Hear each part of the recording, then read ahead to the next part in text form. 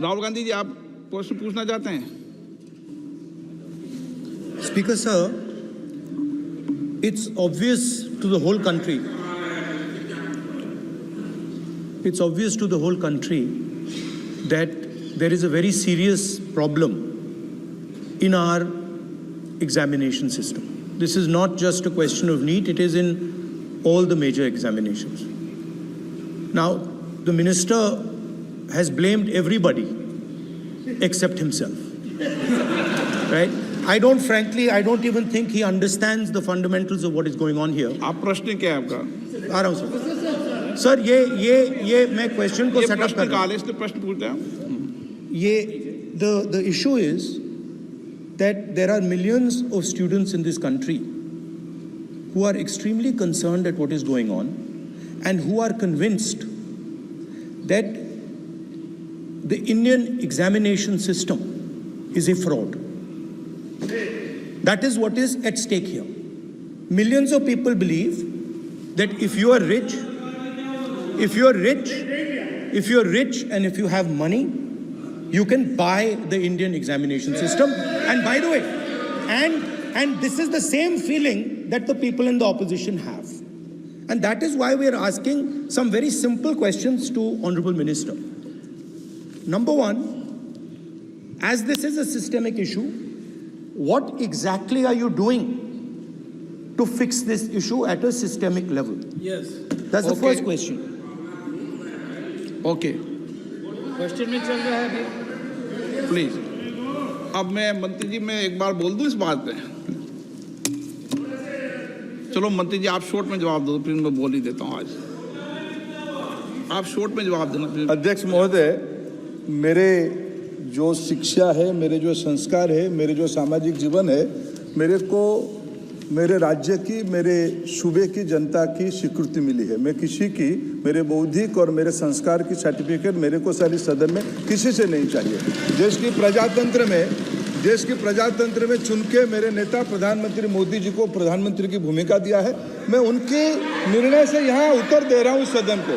बाकी ये कहना चिल्लाने से सच झूठ नहीं हो जाएगा साहब। ये जो कहा गया देश की अभी की एग्जामिनेशन सिस्टम रबिश है सर, इससे दुर्भाग्यजनक बयान देश की नेता प्रतिपक्ष का कुछ नहीं हो सकता है सर। मैं कठोर शब्द से उसको निंदा करता हूँ।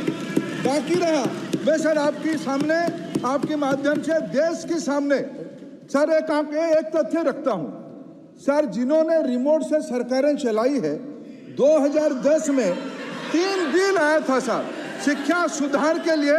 उन्हीं की पार्टी के नेता आदरणीय कपिल सिब्बल साहब 3 बिल लाए थे। उसमें से एक बिल था एजुकेशन, उसमें एक बिल था prohibition of unfair practice bill 2010, जिसके उद्देश्य एजुकेशन इंस्टीट्यूशन में माल प्रैक्टिस को बंद करना। सर मेरे सरकार की हिम्मत है, अभी हमने पब्लिक एग्जामिनेशन की रेगुलरिटीज में बिल लाए, कानून बनाए। क्या मजबूरी था कांग्रेस पार्टी की, क्या मजबूरी था नेता प्रतिपक्ष की? उन्होंने उस बिल को उल्टा किया, किसके दबाव में उल्टा किया? क्या निजी मेडिकल कॉलेज की दबाव में, उनकी घूसखोरी की दबाव में उन्होंने उस बिल को उल्टा किया था? सच सुनने की सामने ही है ये। मैं किसी की विद्वता पे प्रश्न नहीं उठाता हूं, लेकिन सच 2010 में शिक्षा सुधार की बिल उन्हीं की सरकार ने लाया था, दबाव में उन्होंने उल्टा किया। ये हमको प्रश्न पूछते हैं। एक मिनट प्लीज। मैं सबको मौका दिया, सबको मौका दूंगा। एक मिनट माननीय सदस्य, प्लीज 1 मिनट बैठिए। प्लीज बैठिए। हाँ, पहली बार। हाँ, 1 मिनट। रिकॉर्ड में नहीं जा रहा। कल्याण जी प्लीज। कल्याण जी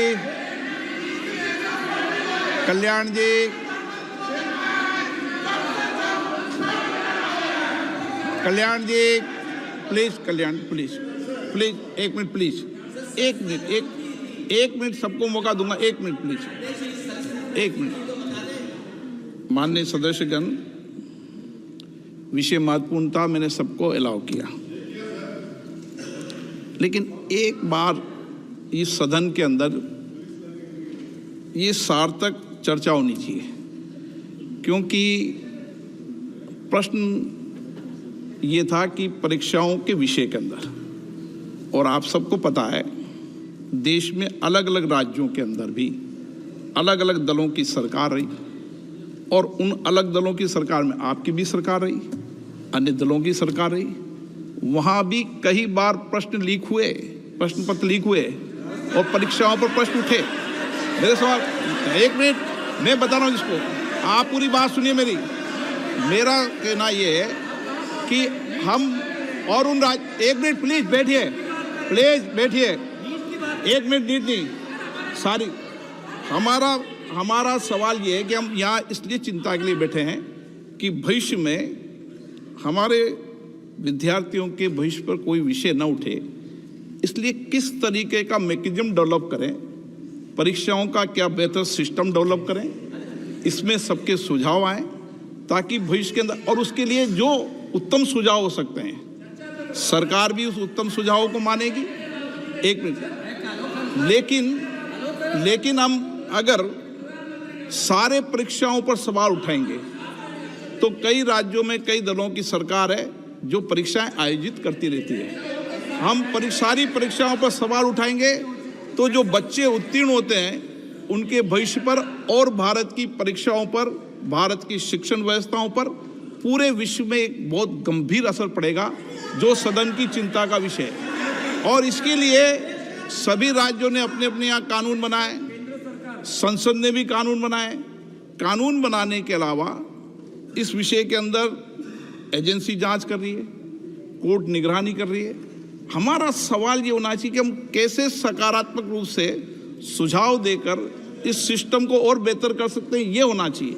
आरोप प्रत्यारोप से सदन नहीं है। आप बेहतर सिस्टम डेवलप करो, और कभी भी सारे एग्जामिनरों पर सवाल उठाना सदन के लिए उचित नहीं है। ये सदन इसके लिए है भी नहीं platform. No question number 3, Shri D Prasad Rao. प्रश्नकाल में सबको सवाल उठाने दिया, और एक बार सवाल उठाने के बाद दोबारा नहीं उठाने दिया जाता। संसद नियम प्रक्रियाओं से चलती है और नियम प्रक्रियाओं से मैंने चलाया। श्री डी प्रसाद राव, प्रश्न नंबर 3। 9, question number 6। मैंने सदन की चिंता क्वेश्चन नंबर सरकार को भी बता दी है और आप सबको बता दी है। Honorable Speaker, thank you so much for allowing me to speak this important question. I am Prasad Rao from Chittoor constituency, Andhra Pradesh.